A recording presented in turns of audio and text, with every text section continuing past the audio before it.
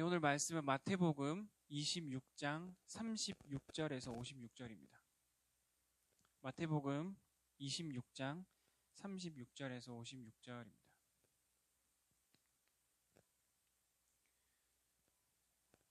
좀 긴데 다 같이 교독하시면서 읽겠습니다. 예수께서 제자들과 함께 겟세마네라 하는 곳에 이르러 제자들에게 이르시되 내가 저기 가서 기도할 동안에 너희는 여기 앉아 있으라 하시고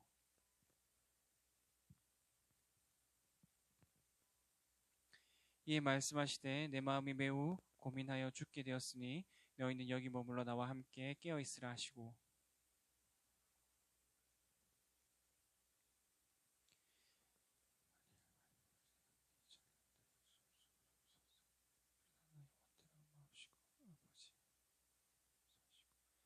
제자들에게 오사 그 자는 것을 보시고 베드로에게 말씀하시되 너희가 나와 함께 한 시간도 이렇게 깨어 있을 수 없더냐.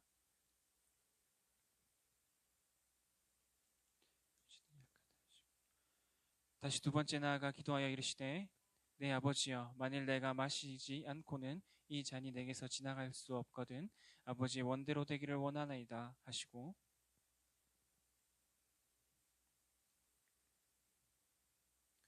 또 그들을 두시고 나아가 세 번째 같은 말씀으로 기도하신 후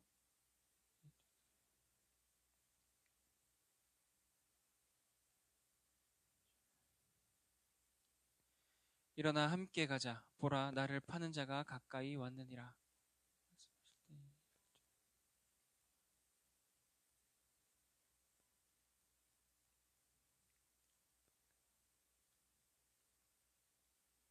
예수를 파는 자가 그들에게 군호를 짜 이르되 내가 입맞추는 자가 그이니 그를 잡으라 한지라.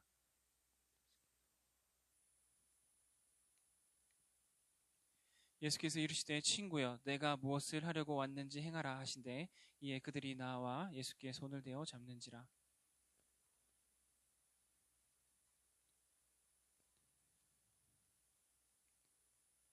이에 예수께서 이르시되 내 칼을 도로 칼집에 꽂으라. 칼을 가지는 자는 다 칼로 망하느니라.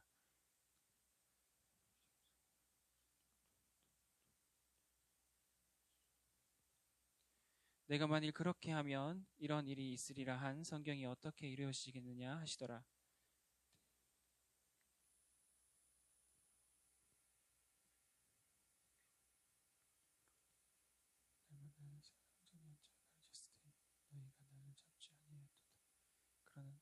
다 같이 읽겠습니다.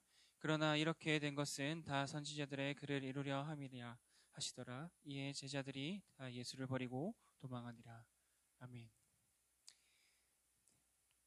하나님의 뜻을 구하며 오늘도 기도의 자리에 나오신 여기 모인 아포슬 지체 한 분 한 분을 주님의 이름으로 사랑하고 축복합니다. 내일부터 고난주간 특세가 시작됩니다. 특세 시작 직전인 오늘 여러분은 어떤 기도 제목을 가지고 이 자리에 나오셨습니까? 특세라는 이유로 이번 한 주간은 4시 50분까지라는 시간에 오기 위해서 다른 날보다 더 일찍 일어나서 나와야 하는 한 주. 이 한 주를 어떻게 보내실지 계획하고 생각은 해보셨습니까? 어쩌면 오늘 본문이 이러한 우리들의 상황과 비슷하다고 생각할 수 있는 것 같습니다. 그렇다면 오늘 말씀을 통해서 우리에게 무엇을 보여주시고 깨닫게 하시는지 한번 살펴보기 원합니다. 오늘의 본문은 예수님께서 잡히시기 직전 거의 마지막 기도하시는 장면과 결국 잡히시는 장면을 담고 있습니다. 예수님께서는 앞으로 일어날 일들을 다 알고 계셨습니다. 그런데 제자들은 아무것도 모릅니다. 그저 예수님께서 부르시는 대로 여기 저기 따라다녔습니다. 개개인의 제자들마다 예수님을 통해 어떠한 일들이 일어나기를 기대하는 마음은 아마 달랐을 것 같습니다. 그러나 그 모든 것에 앞서 늘 많은 가르침에 귀를 기울이며 따라다니는 것은 아마 같은 마음이었을 것입니다. 그렇게 정신없이 예수님을 이리저리 제자들은 계속해서 따라다녔습니다. 우리는 어디를 갈 때면 대부분의 경우는 목적지를 정해두고 갈 때가 많습니다. 정처 없는 자유여행을 떠날 때는 내가 쉬고 싶으면 쉬고 내가 가고 싶으면 가면 되기에 큰 문제가 되지 않는 것 같습니다. 그런데 내 마음대로 가는 것이 아니라 누구를 따라갈 때는 말이 달라지는 것 같습니다. 가는 것도 쉬는 것도 내 뜻대로 할 수 없습니다. 목적지가 어디인지, 얼마나 가야 하는지, 또 어디서 쉰다고 하면 언제까지 쉬는지도, 어떤 곳을 향해서 가는지도, 도착지도, 여기가 종착지인지도 알 수가 없습니다. 그것이 오늘 본문의 제자들의 상황이고 어쩌면 이 땅을 살아가는 우리들의 상황인 것도 같습니다. 오늘 본문 26절을 보면 예수님께 이끌려 이번에는 겟세마네라는 곳에 이르렀습니다. 기도하러 가신다 하고 제자들 보고 있으라고 하십니다. 그리고는 베드로와 세베대의 두 아들을 데리고 기도하러 가십니다. 여기서 제자들의 모습을 먼저 살펴보기 원합니다. 제자들의 시선으로 이 사건을 바라보기 원합니다. 제가 제자들이 이리저리 따라다니다가 심신이 많이 지쳐 있다고 말씀을 드렸습니다. 그리고 제자들은 예수님의 상황을 전혀 이해하지 못한다고 말씀을 드렸습니다. 어쩌면 기도하시러 가는 예수님의 모습이 불안해 보이는 것은 제자들에게 이번이 처음이었을 것입니다. 늘 기도하러 가시는데 기도하러 오시기 전에 예수님과의 대화를 생각하면 제자들은 더욱 의아해할 수도 있는 것 같습니다. 본문을 보면 앞절의 내용을 보면 제자들이 모두 다 예수님을 오늘 밤에 버릴 것이라는 말씀을 하셨고 제자들은 죽음을 각오하며 그러지 않겠다고 부인하지 않겠다고 다짐을 했습니다. 한편으로는 제자들의 다짐을 못 믿으시는 것은 아닌가 서운한 마음이 제자들은 들었을 수도 있을 것 같습니다. 그렇게 예수님은 함께 깨어 있기를 요청하며 기도하러 가셨고 제자들은 중간중간에 졸다가 자다가 눈을 뜹니다. 눈을 뜨니 예수님께서 오셔서 1시간도 못 깨어 있는다고 한 소리를 하십니다. 그리고 41절에 보면 시험에 들지 않게 깨어 기도하라 마음에는 원이로되 육신이 약하도다 하고 다시 기도하러 가십니다. 제자들은 정말 그랬을 것입니다. 심신이 지쳐서 진짜 피곤한데 동시에 예수님께서 하신 말씀 마음에는 원이로되 육신이 약하도다를 생각하며 그렇지 예수님께서도 우리의 마음을 이해해 주시는구나. 그렇지만 깨어 기도하라 하셨으니 하면서 기도를 시작하다 또다시 잠이 듭니다. 그리고는 비몽사몽에 눈을 슬쩍 떴는데 이번에는 그냥 예수님께서 보고 가십니다. 43절 44절을 보면 다시 오사 보신즉 그들이 자니 이는 그들의 눈이 피곤함일러라. 또 그들을 두시고 나아가 세 번째 같은 말씀으로 기도하신 후 실제로 눈에 피곤함이 가득하게 겨우 예수님이 두 번째 오셨다는 것들을 실눈 정도 뜨고 확인을 했습니다. 아무 말 없이 그냥 가십니다. 그리고는 마지막에 다시 오셨습니다. 이제는 그냥 자라고 하십니다. 그리고 쉬어라고 말씀하십니다. 동시에 팔리신다고 이야기하십니다. 그러니까 함께 가자고 말씀하십니다. 자라고 하시는 건지 가자고 하시는 건지 제자들은 알 길이 없습니다. 일단 예수님께서 움직이니 제자들은 부랴부랴 일어납니다. 그때 유다가 칼과 몽치를 가진 큰 무리들과 함께 나타납니다. 자다 깬 제자들에게 이것이 무슨 날벼락입니까? 어쩌면 고난주간을 보낼 우리에게도 이와 같은 상황이 있을 수 있는 것 같습니다. 하루하루 달라지는 것은 없습니다. 학업이면 학업, 중간고사에 출근이면 출근, 업무량이 줄어들지 않습니다. 그런데 아침 일찍 작정하여 큰맘 먹고 예배를 왔는데 심신이 지쳐서 스르르 스르르 눈이 감깁니다.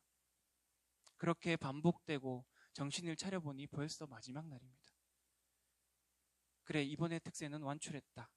내가 좀 졸기는 했지만 하나님이 기뻐하시겠지 하고 기분 좋게 한 주리를 마무리하려고 하며 학교에 가거나 또 다시 출근을 합니다.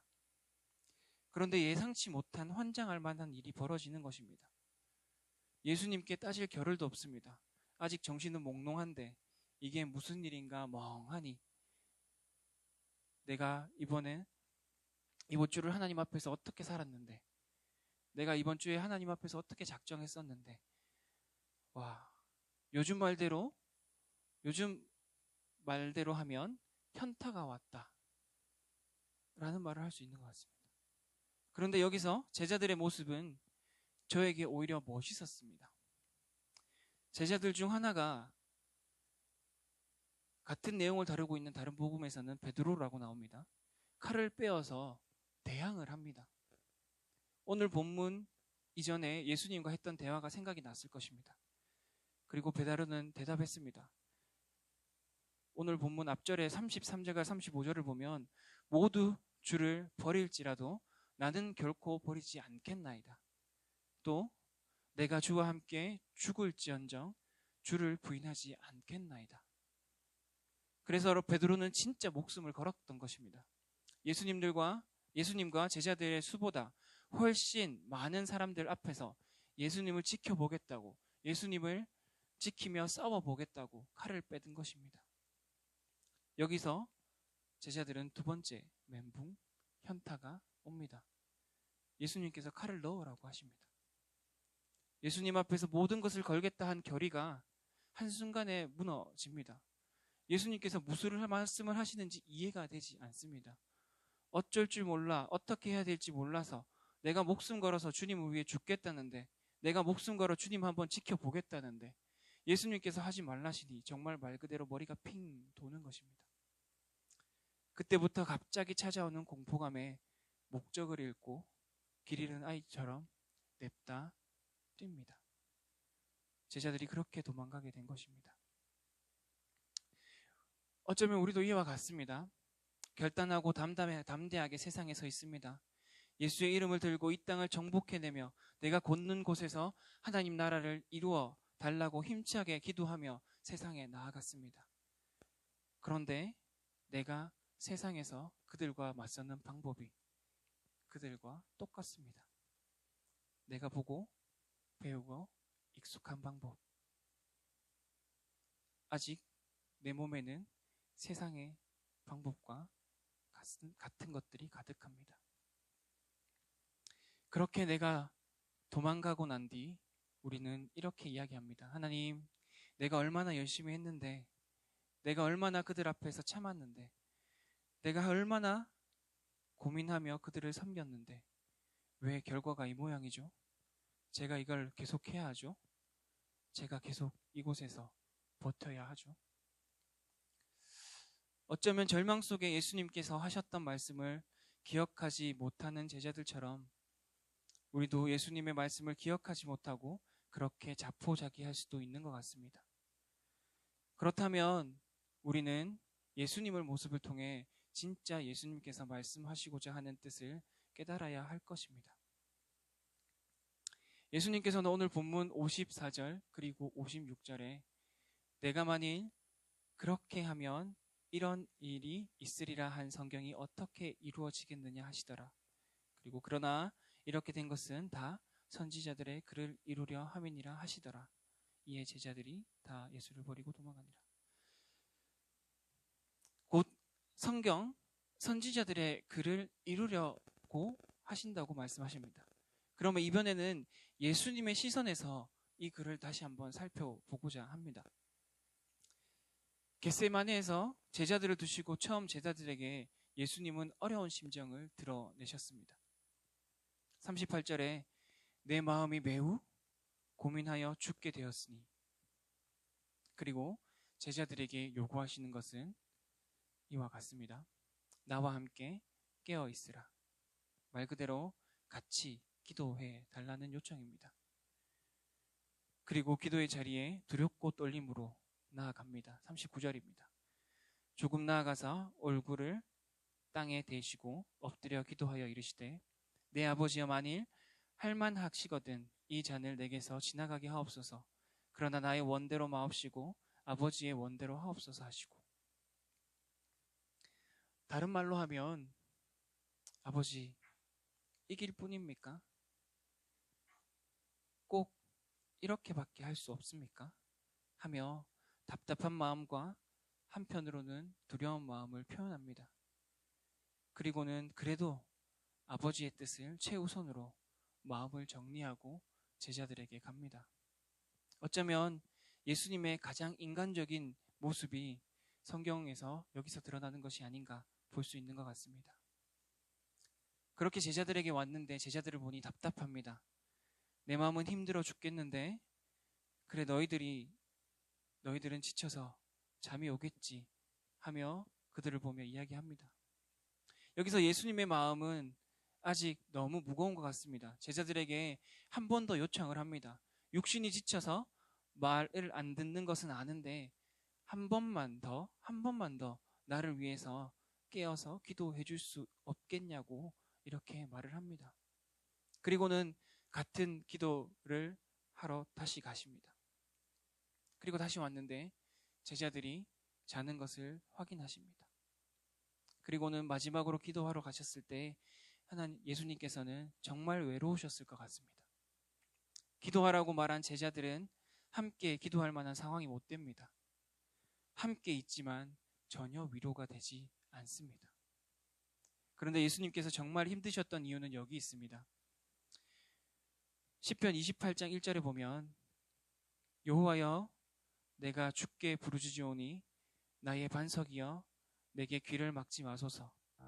주께서 내게 잠잠하시면 내가 무덤에 내려가는 자와 같을까 하나이다. 그리고 시편 143장 7절에 보면 여호와여 속히 내게 응답하소서. 내 영이 피곤하나이다. 주의 얼굴을 내게서 숨기지 마소서. 내가 무덤에 내려가는 자 같을까 두려워하나이다. 예수님께서 거쳐야 하는 이 길이 하나님과의 단절을 겪어야 했기 때문입니다.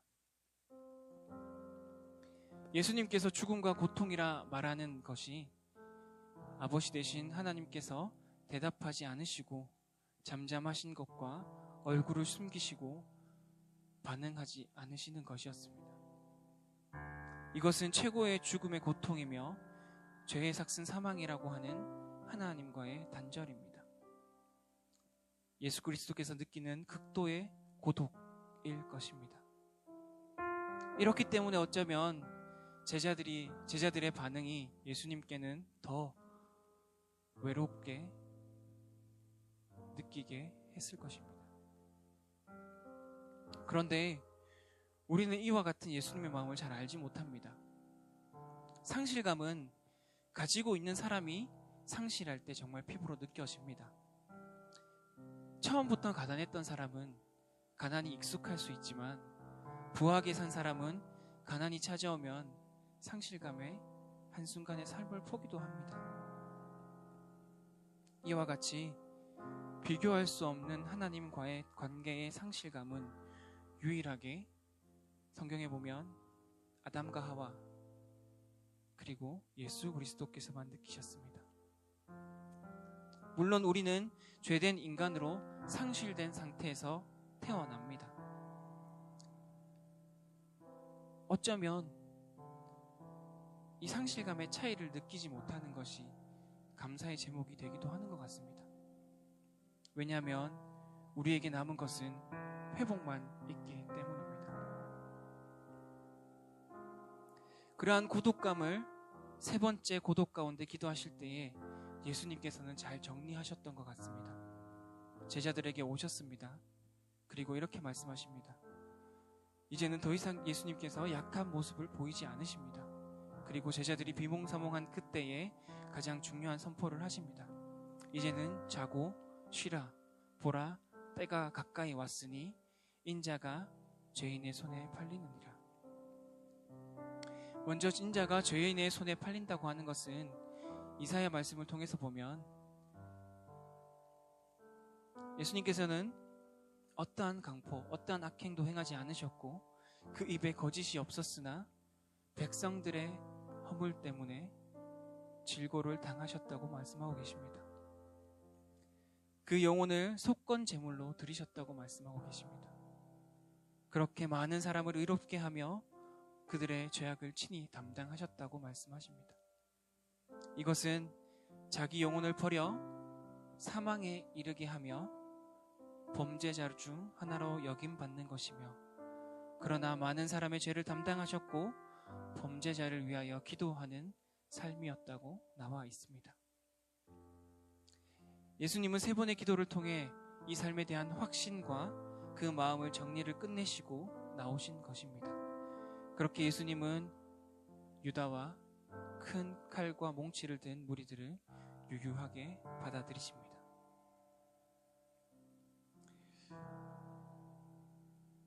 그리고 앞서 예수님께서 기도하고 오셔서 제자들에게 자고 쉬고 보라 하신 의미를 한 번 더 살펴보길 원합니다. 여기서 쉬고라는 말은 동일한 단어가 마태복음 11장 28절에서 30절에 나옵니다. 저희가 잘 아는 말씀인데, 수고하고 무거운 짐진 자들아 다 내게로 오라 라고 말씀하실 때 나오는 여기서 쉬게 하리라는 말씀과 같은 말입니다. 본문을 보면 수고하고 무거운 짐진 자들아 다 내게로 오라 내가 너희를 쉬게 하리라 나는 마음이 온유하고 겸손하니 나의 맹을 메고 내게 배우라 그리하면 너의 마음이 쉼을 얻으리니 이는 내 멍에는 쉽고 내 짐은 가벼움이니라 하시니라. 아멘. 그리고 보라 라고 말씀하시는 것은 요한복음 16장에 보면 보라 너희가 다 각각 제 곳으로 흩어지고 나를 혼자 둘 때가 오나니 벌써 왔도다. 그러나 내가 혼자 있는 것이 아니라 아버지께서 나와 함께 계시느니라. 이것을 너희에게 이르는 것은 너희로 내 안에서 평안을 누리게 하려 함이라. 세상에서는 너희가 환난을 당하나 담대하라 내가 세상을 이기었노라. 아멘. 이미 죽음을 감당하시고 부활하신 후 모든 것을 이기신 예수 그리스도께서 다시 아버지 되신 하나님과 함께 계시며 우리에게 주시는 최고의 평안을 이야기하고 계십니다. 이처럼 예수님께서는 기도 후에 확실한 자신의 사명에 대한 담대함과 그로 인해 제자들에게 주어질 은혜를 선포하셨습니다. 홀로 외로이 세상에서 최고의 고독, 죽음과 같은 하나님과의 단절을 기다리시면서도 그 기도의 자리에서 그 모든 것들을 해결하셨습니다.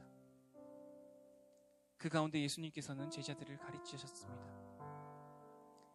배신할 것에 대한 이야기를 먼저 하셨었고, 그리고 기도의 자리에 함께 가서 계속해서 제자들에게 기도할 것을 가르치셨습니다. 제자들은 기도하려고 했으나 잠들었고, 목숨을 걸어보려고 했으나 목숨을 걸고 싸워보고자 했으나 결국 예수님의 제지에 제자들은 도망을 갑니다.